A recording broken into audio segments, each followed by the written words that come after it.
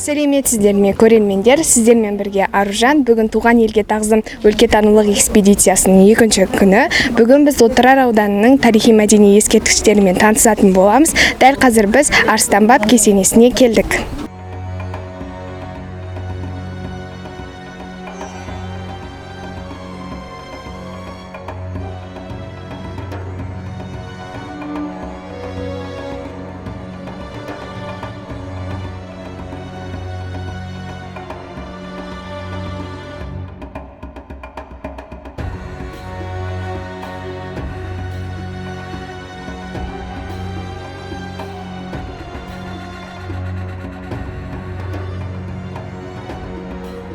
Бақытжан Әбенұлы, осы Арыстанбаб туралы айтып кетсеңіз.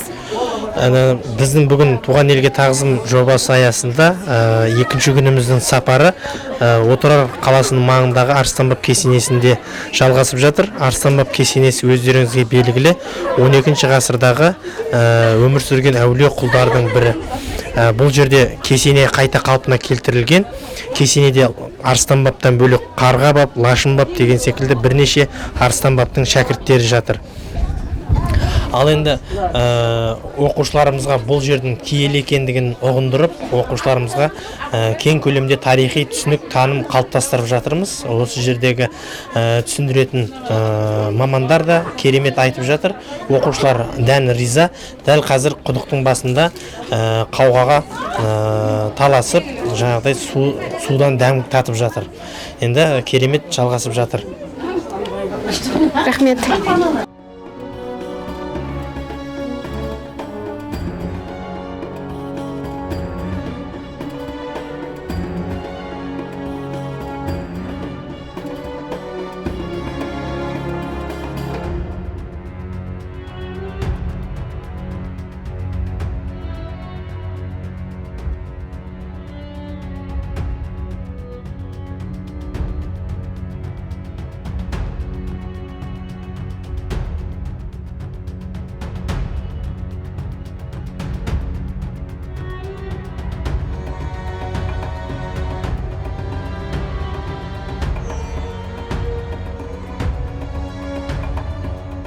Келесі зерттеу нысанымыз Отырар мемлекеттік археологиялық музей қорығы.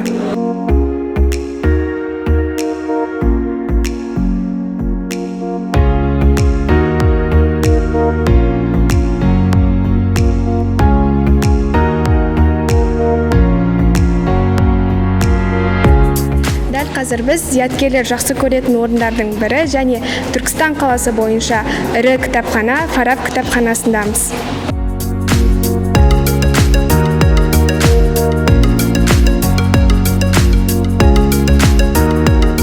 Кітапхананың кітап қоры 300 мыңға жуық. Қарап тұрсаңыздар, оқырмандарға деген бүкіл жағдай жасалған.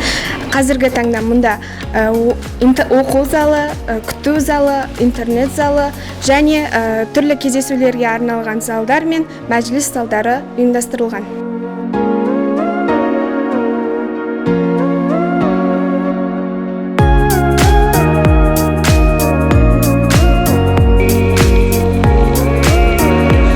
Дәл қазір біз Түркістан қаласын нанмен қамтамасыз етіп отырған Инсап наубайханасындамыз. Мұнда біз нанның қалай шығарылатынын көріп, түрлі станоктардың қызметімен танысып жатырмыз.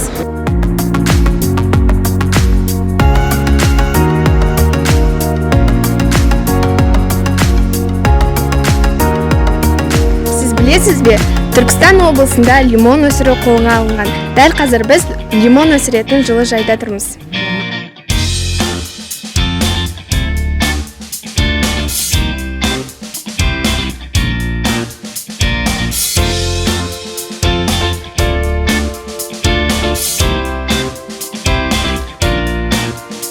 Елге тағзым экскурсиясының екінші күні аяқталды. Көңіл күй қалай?